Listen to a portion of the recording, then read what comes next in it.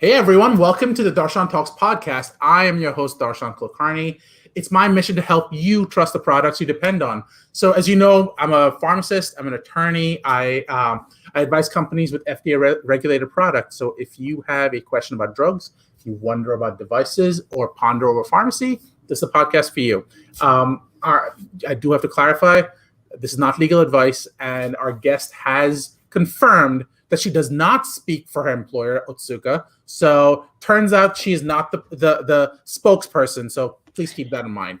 Having said that, she is incredibly intelligent, and we're going to be talking about a topic that I'm really, really passionate about. So we'll talk about that in a few different forms, which is it's going to land up being a little bit about patient centricity, but it's going to be about a few different other issues as well.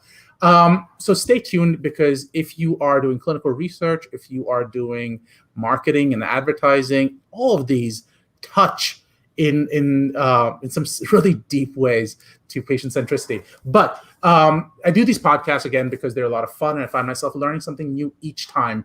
And it'd be nice to know if someone's listening. So please like, subscribe, please leave a comment. And as our guest today would assert, if people think that they might love this, please share this podcast and live stream with people as well. If you want to reach me, you can reach me on DarshanTalks on Twitter, or just find me on my website, DarshanTalks.com. Okay, let's talk about today's podcast. Today's podcast is going to be exciting. We're going to be talking about, I'm trying to decide if we're actually going to land up talking about it, because we discussed this, but we don't actually know if we get there. So let's talk about our guest and then maybe see if we get into the topic. Our guest is the Senior Director of Patient Support at Otsuka and the current President of Marketing and Communication COE for the HBA Mid-Atlantic region. So she is a marketing guru extraordinaire and connects that with patient engagement, patient centricity. So if you are in clinical research, pharma, healthcare, you probably want to be listening in on today's podcast. Ladies and gentlemen, our guest for today, Desiree Priestly. Desiree, how are you?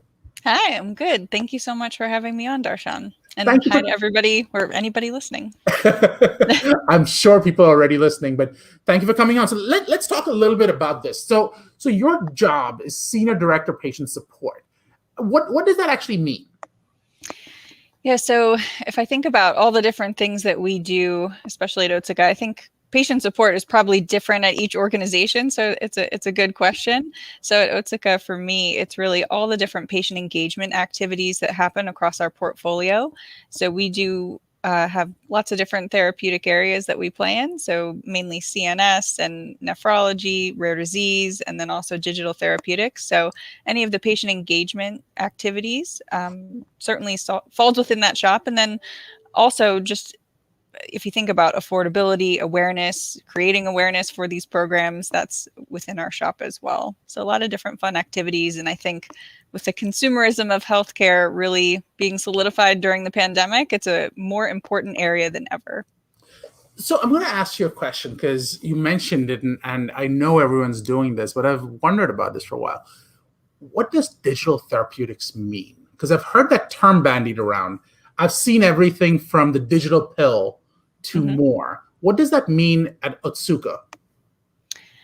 Yeah, I think we're in the midst of defining this. Exactly. No, it's true, because we have digital therapeutics. So to your point, we have a chip in the pill. We also have we're going to have digital therapeutics in other ways, where maybe it's an app or some sort of wraparound service for patients.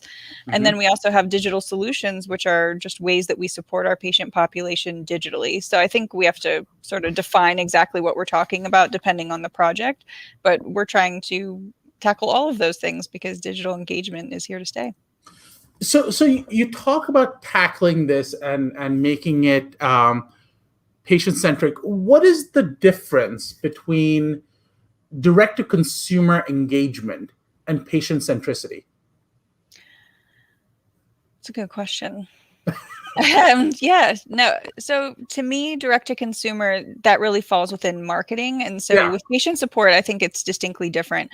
So when I think about what direct to consumer is doing, is part of it is finding where those patients are and creating awareness that there's a product available to them. That's not really my remit within patient support. It's almost once the the product or the therapeutic has been decided upon by their provider, at that point, that's where patient support really begins. I do think there's areas to potentially play within disease state learning and education where we can create, good things for our patients to understand exactly what it is about their disease state that they need to know, lifestyle modifications that might need to happen, that sort of thing. But it's really once the prescriber has decided that they're going to go forward. So you drew a really interesting distinction that I've never seen drawn before. So I want to question it and sort of understand it a little bit more. You talked about digital therapeutics being, I'm sorry, not digital therapeutics. Patient engagement in this context really being from the point of prescriber engagement, and the prescriber has written the prescription out. I guess my question is, then do you see things like clinical trials and stuff not to be part of your remit? To be honest, it's not part of my remit right now. Okay. I do think that there's a lot of parallels, though. So I think it's an area where we could absolutely expand more so, because we're trying to solve for the same things, making patients aware of the resources that exist, allowing them to stay on therapy if that's what their prescriber has asked them to do. So those things that we're tackling on the commercial side are also being addressed on the clinical side. So I think there's a lot of shared learnings that we could have. So do you have a counterpart in clinical who's doing this kind of stuff? They do focus on this, the clinical team that we have, and our organization was sort of split out between clinical and commercial. So I sit more on the commercial side, but we do share, we have, ways that we share our information and make sure that we're pulling that through on both ends. But I think that, there's even more room for opportunity to collaborate because, again, we're solving for the same things. And what do you think those things are? So I think it's creating awareness. I think that's number one, probably adherence, but I don't like the term adherence when it's coming to patients, because it sounds like it's us wanting them to stay on therapy, but it's really about if the physician wants them to stay on therapy because it's the right thing to do for them, that we allow them or we enable that to happen. So I don't like the term really, but that is sort of what it is. And then I think affordability, that's a big one, especially on the commercial side. Yeah, probably those three. So let's talk a little bit about that. So you're talking about this discussion around creating awareness. So I'm trying to map this out in my head. You've got your marketing teams who've gone out. They're promoting a potential product. We'll call it X. I have no idea what product. I know some of the products Otsuka has, but let's not go into those right now. Let's say there's a product. They've gone out and marketed it. Now, when does Desiree go, here's how I get to build off of those building blocks? What are those building blocks they've built, and what are you building onto them? So I think it's that intersection between direct to consumer, like you said, and then what happens on the patient support side. So I think once the provider has decided they want to put somebody on an Otsuka therapy, at that time, that's where we start to interject, whether it's through our field colleagues or digitally or just meeting patients where they are. I think we have to be more creative than ever to figure out how to get them that information. And if you think about just the industry over the past several years, Accenture came out with a great study about patient support about 5 years ago, and very little patients knew about patient support. And, they wanted to hear it directly from their physician. That was what that report said. And then this past year, they re-released it and they said, have we made any progress creating awareness around patient support programs? And the fact of the matter is, no, we haven't made a ton of progress. And so I think one of the remits for my group is to figure out how do we go more direct to patient instead of relying on the physicians to tell them about patient support offerings, because that hasn't worked well. I think we have to continue to examine how that's done. And understandably, the physicians have so much on their plate, whether it's prior authorizations, all the different therapies that they use for their patients, just treating them in general. To understand all the nuances of a patient support program is really difficult. So how do we create awareness directly to patients is, one of the big things we talk about. So what are some of the strategies you use? Because at what point are you influencing? How does your compliance department come on and go, this is great, this helps patients, but you're now crossing a line? And what do you guys have any bright lines, or is it situation by situation specific? I think the bright line is the provider had to say that this is the right therapy for them. So we don't want to influence what product they're on by any means. So it's the provider clearly saying this is the product that you're going to be prescribed. And then at that point we can intervene and try to make sure that they know about all the different offerings and things that we have to help them, start and stay on therapy and have a good experience ultimately. So how do they inform you that the patient's going onto the product? Like, how do you know now is the time I can help the patient?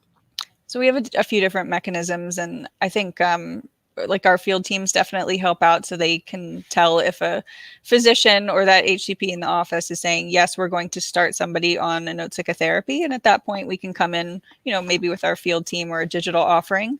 So there's different ways that we try to make sure that we're vetting that out. We don't want to inappropriately intervene or influence by any means. We're not a sales mechanism. So it's really important for us to intervene at the right time and in the right way.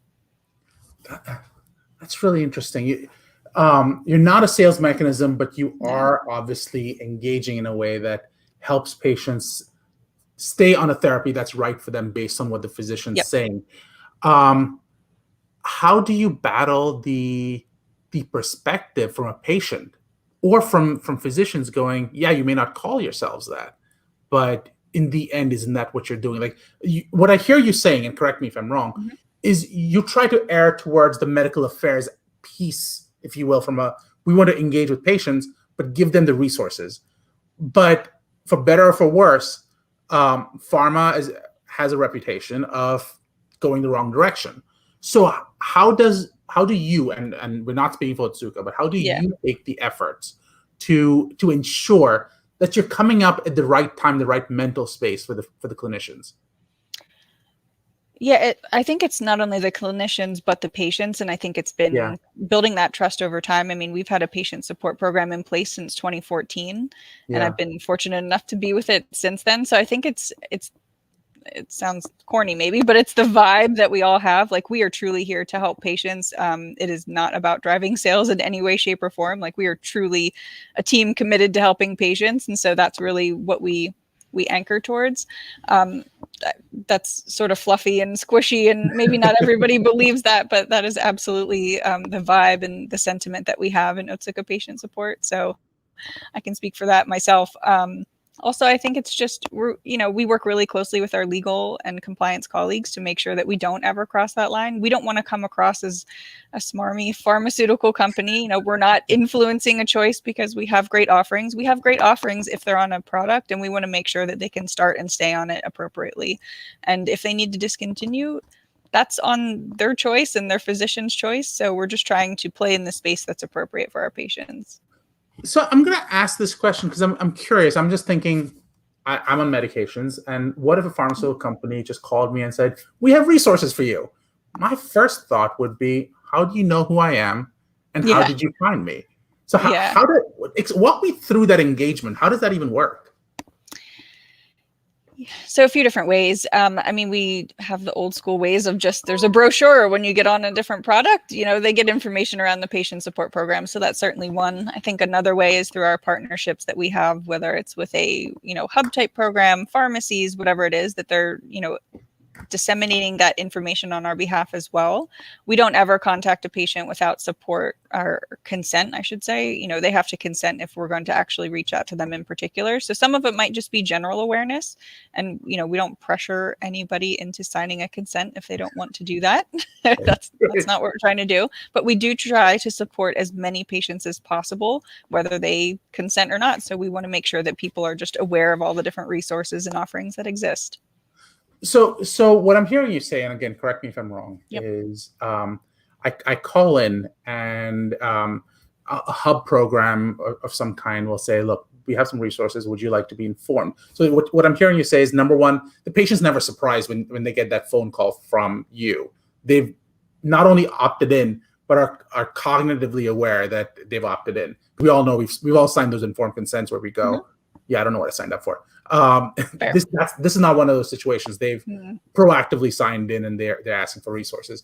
So the types of resources I can imagine you're often being asked about is, this drug costs too much, drop this cost for me.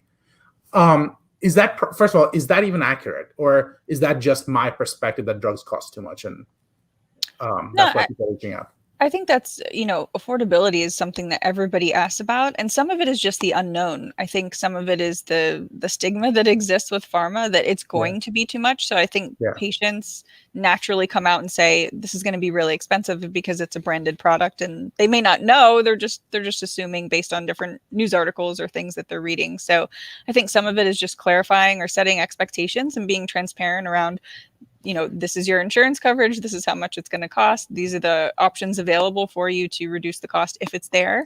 Obviously with government insured patients, it's much more difficult. But, across all the different disease states that we treat and all the different products, it varies a lot. So, CNS is very different than nephrology, very different than digital therapeutics. So it really is, it just depends on the situation, and all of them are difficult to navigate. So I think one of our remits is to help them navigate the process, to make it easy, to make it understandable, to be transparent, to not overpromise and underdeliver, to have a good experience. Those are all things that are really important to us. And it's complex. It's really complex to be a patient, a caregiver, even an HCP, because you're basically saying, okay, this is the treatment I want them to have, but I have no idea how much it's going to cost. It makes it hard to be a consumer. So we're trying to make it a little bit easier in any way that we can. So interesting. So let's take a step back, and we can get into affordability, and that's a whole beast by itself. And quite honestly, it's one of those things that I'm almost afraid to touch because I don't know enough about it. Complicated, yeah. It's so complicated. But let's take a step back and kind of, you talked about how you've been involved in this process since 2014. Mm-hmm. What have been the big changes since 2014? I think the consumerism of healthcare. I think before, in 2014, it was really largely driven by the healthcare provider, and they still play a crucial role. I don't mean to discount their role by any means, but I think it was them and it was the payers that really they made all the decisions. They made the decisions for the patients. And I think now patients are becoming a lot more savvy. There's a lot more online resources available. So they're doing their research and they're navigating their own healthcare and their own decisions the best way they can. And so I think we've all heard those circumstances where they're walking into the provider's office saying, I want to be on this treatment and this is what I want to do and this is how much I want to pay. And those situations are happening more and more. And with the pandemic, I think it really solidified that the consumerism of healthcare is here. They're playing a huge part in the decisions that are made. And if they don't like the decision that is made, they might go somewhere else to find somebody that will agree with their decision. So it's a really interesting time. And it's really interesting for, patient support colleagues all across the globe, whether it's at my company or a different one. We're all trying to navigate sort of this new empowerment that they have. And even that varies by disease state. Not every cohort of patients is as empowered as another. So finding that right balance, finding the best way to get them information, finding, the ways to meet them where they are instead of try to push them in the channels where we want them to go. We have to be where they are already searching.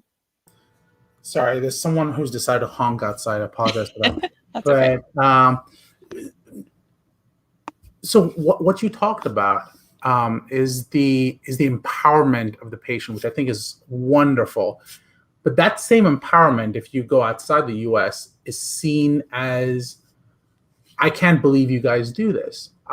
Patients don't have the knowledge base to come in and tell you which drug to take. You being the healthcare provider, what is your perspective? And again, we're talking about Desiree's perspective on is patient. I mean, obviously, patient empowerment is good because you get to take control of your disease. But what is your perspective on, are patients adequately knowledgeable to be able to make that comment? It's a complex question, and it's probably going to have a complex answer. Yeah. I mean, I'll take myself as a consumer of healthcare and somebody that helps my, parents and grandparents navigate their own healthcare. There are times where I go to, Dr. Google and I look at 5,000 different things, and I go to advocacy organizations and I go to sites in which I would consider them to be reputable sources. And I do some of my own research and I probably make some recommendations. So I'm an average patient, caregiver, consumer, just like anybody else. And so Yeah, I think some of them are very equipped, and I think they know their own bodies and their disease states very well. However, there's a lot of misinformation out there. So people that don't know how to navigate or don't know the reputable sources, I think it's a lot more of a challenge. So they might consider themselves very educated, but they might be getting misinformation and something that's not exactly credible. So I think that's the danger. And so something, if I had to pick something that keeps me up at night, is how do we as a pharma manufacturer become a credible source? Because we have, people doing research on these disease states, and we have a lot of true experts at our organization. We want to share that information. So what's the best way that we can do that and make sure that we retain that credibility to not cross the line and inappropriately push either? So you're struggling with what I believe it's called the Dunning-Kruger effect. Is that what it's called? Where Oh, I don't know. I think that's what it's called. Where basically it's the smartest people go, I don't know anything, and the people who have the least knowledge are like, I know everything there's to know about this topic. Could be, yeah. But it's a real effect, and it's not. I'm not blaming anyone for it. I mean, I'm sure I say that about things like. I'll admit this. I'm trying to redesign my house, and I know nothing about it. But I think I'm so smart about it. The truth is, I should not be allowed anywhere near designing anything. In the same way, are certain patients not equipped for that? On the other hand, there are certain people who are. So, is there a variation of the types of resources you deploy in a way that enables the people who are ready for it, versus guiding the people to go back to their doctor and talk to them for those who aren't? And how do you draw that distinction? Yeah, I think the stance that at least I take, I'll speak just for myself, is I want to provide credible information. So if they somehow come to Otsuka Patient Support, I want them to be able to find what we consider credible information so they can look up and research things themselves, but at least we're pointing them in the right direction. We're helping them navigate. It's almost like we're concierge, like we're trying to help them navigate it the best way possible, because everybody's journey is different. So it's really hard to just point them in one path or just one direction, but we want to be transparent, and we want to make sure that people can find things in a simple and easy manner so they can make some informed decisions. I think it's really looking at what we consider credible. I mean, advocacy organizations are wonderful. I think academia is wonderful. Again, I think some of our own resources are really, really excellent because we have those experts, within the organization that have researched this for a very long time. So we're just trying to provide information when we can and in the right place. So we talked about resources, and we talked about how we now have an empowered patient who is looking at how they can get access to their drugs in a cheaper, more effective way. And you talked a little bit about the digitalization of pharma, if you will. I just came up with that term. I don't know if that's a real word. It's a real word. Yeah. It is? Okay, good. We'll go with that then. Yeah. But the idea, I guess I'm wondering, is through your department, do you find yourself building bridges with the digitization or the digital healthcare providers? And what I mean by that is the GoodRxs of the world or the Amazon pharmacies of the world. Do you find yourself going, look, for better or for worse, my patients are going to land up going there. If they are going to land up going there, I want them to have a soft landing. I want them to understand what this looks like and have those conversations up front. Yeah. What kind of engagement do you have in that world? So I don't want to give anything proprietary here, but I will say that is of the utmost top of mind for us, trying to figure out exactly where our patients are going and meeting them where they are. So all of that is on the table. I think we're looking at all the different digital places where they are. Google, I think that's one that everyone can agree upon, that paid search is really important. If somebody is looking for affordability of a product, we want Otsuka Patient Support to come up so we can help them. We want to help them navigate it, but ultimately they're going to end up other places too. And so we have to be cognizant of where those places are and then figure out what is the right engagement to have with them to make sure that they can still find our information, even if they're on these different sites and places. So it's funny you mentioned Google. Do you find it? I guess I'm trying to understand a little bit. Is this more of a marketing function, or is this more of a patient support function? But do you find yourself engaging in things like banner ads or pay-per-click type advertising? Or do you go, that's not part of my remit because I'm not trying to pull patients in, I'm trying to help patients? But those are kind of connected, so I don't know how that Yeah, plays out no, for I you. agree. I think it's becoming blurrier, right? I think that patients ultimately want to have that one voice because they don't know that there's specific rules for patient support versus marketing versus medical. We want Yeah. it to be cohesive and just make sense how it is. So, I mean, those are some of the deep conversations that we have with our legal and compliance colleagues to make sure that, again, we're not crossing any lines, but we're doing things that are appropriate and with the right intent. I mean, we talk about what our intent is a lot, and as long as it's patient focused, patient centric, and there's good justification as why we want to do something to better help patients that are on our therapies, then that's something that we can talk about. I think during the pandemic, more than ever before, we've partnered more with our marketing colleagues and even our medical colleagues, and we're trying to figure out how to really show up as one organization versus a bunch of fragmented pieces. Now, one of the things I've found that my marketing friends in general do very, very well, and knowing that you are president of marketing and communications for HBA's Mid-Atlantic region, I expect you'd be just as amazing at this, is having a feel for how do others do this. Mm-hmm. What have you seen in terms of level setting as to what Otsuka does it? And again, you're not speaking for Otsuka, but how Otsuka does it versus some of your other competitors. What are the flavors of digital patient support, and how does it differ across companies? Yeah, I'll think back to the pandemic. So I think that was really a catalyst for a lot of patient support programs. And I remember that Lilly took out a full page ad on their, diabetes insulin medication. And it was just how they can get it, how it can be affordable for patients. And it was, I think, either in the Wall Street Journal or New York Times, something. So that was in the paper.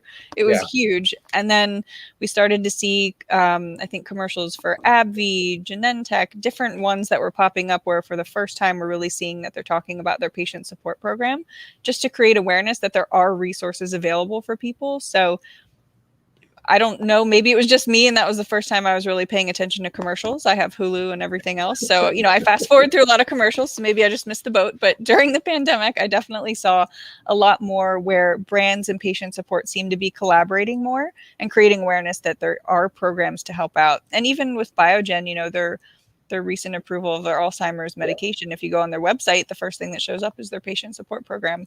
So I think these types of programs are what patients are searching for. They want disease state information, they want other things, but at least from my perspective, I think people are searching for affordability and access related questions. And so those are the things that need to sort of shine, and they need to come out very clearly to be transparent about what's going on. It's funny you mentioned and you've mentioned it a few times, but it sort of finally hit me. So I must be slow, but it is what it is.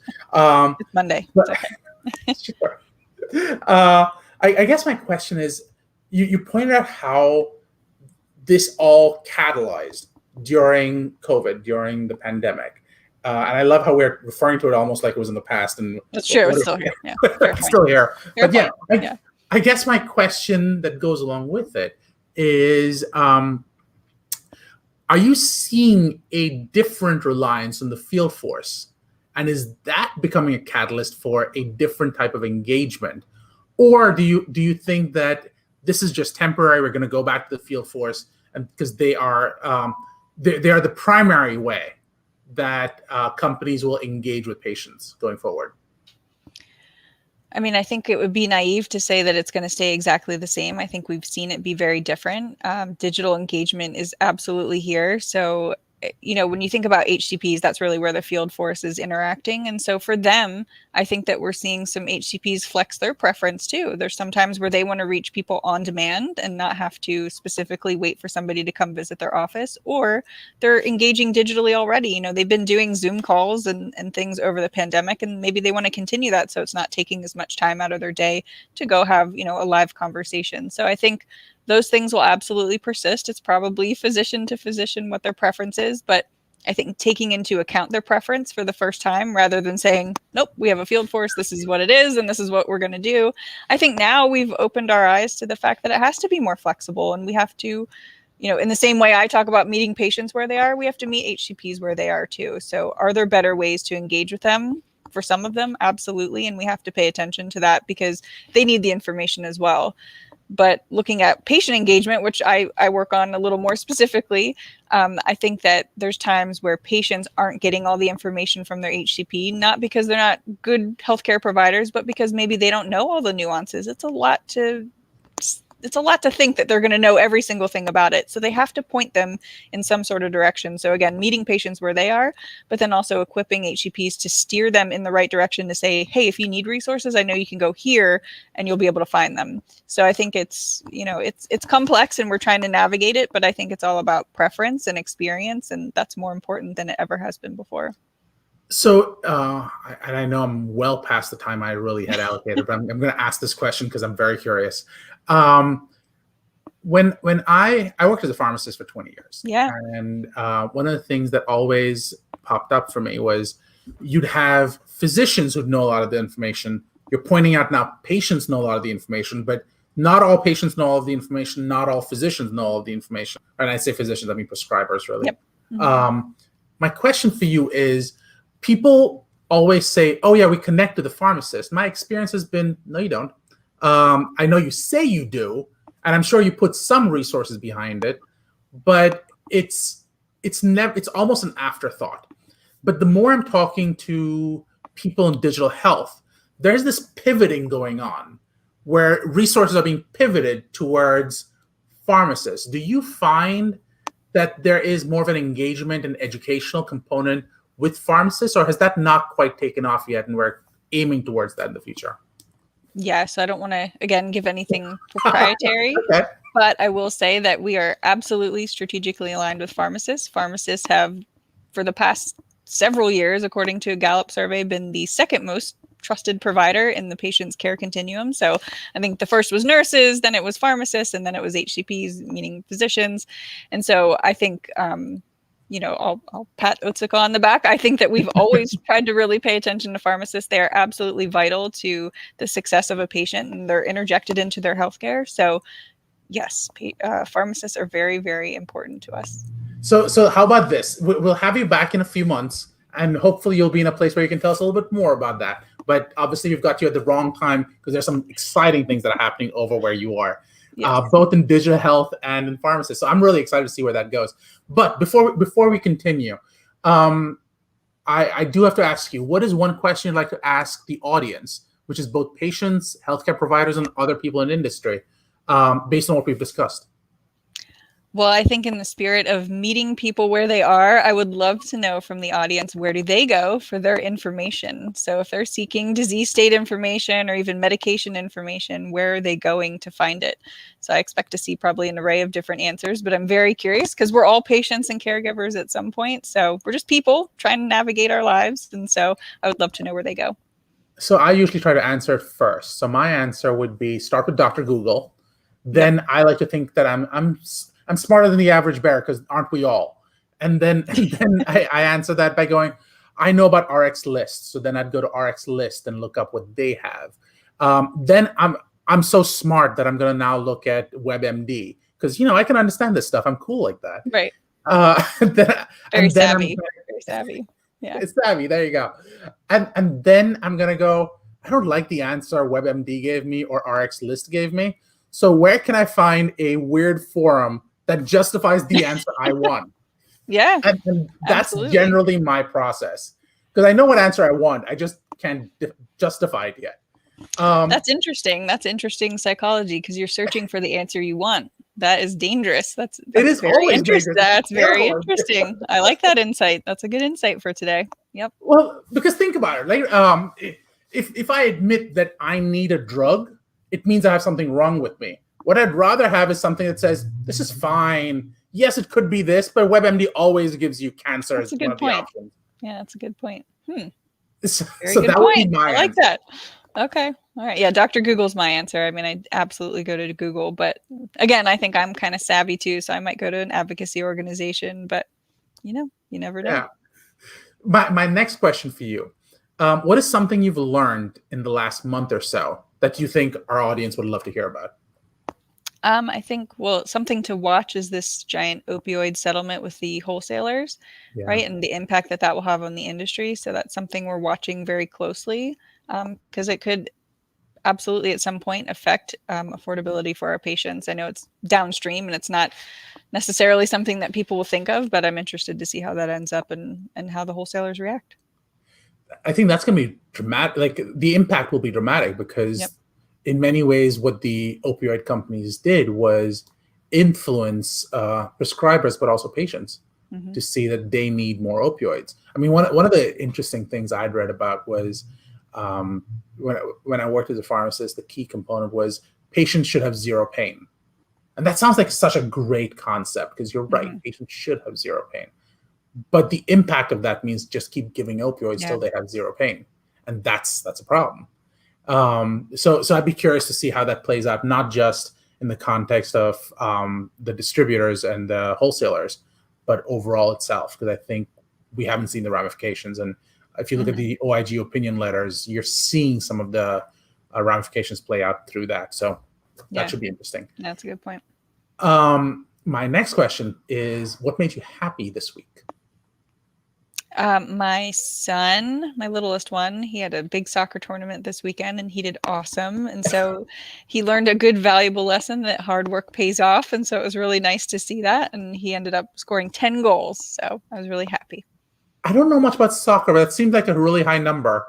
Yeah. I mean, they got second in the tournament and I think we didn't even think they would make it to the final. Don't tell him I said that. So no, it was great. I was super happy for him. But as a parent, to see your kid learn, hard work actually results in something really positive is excellent. So that was exciting. And my last question is, well, let me do a quick recap just to make sure we're on the same page. We talked about a few different things. So we talked a little bit about the patient support program. We talked about what patient engagement looks like.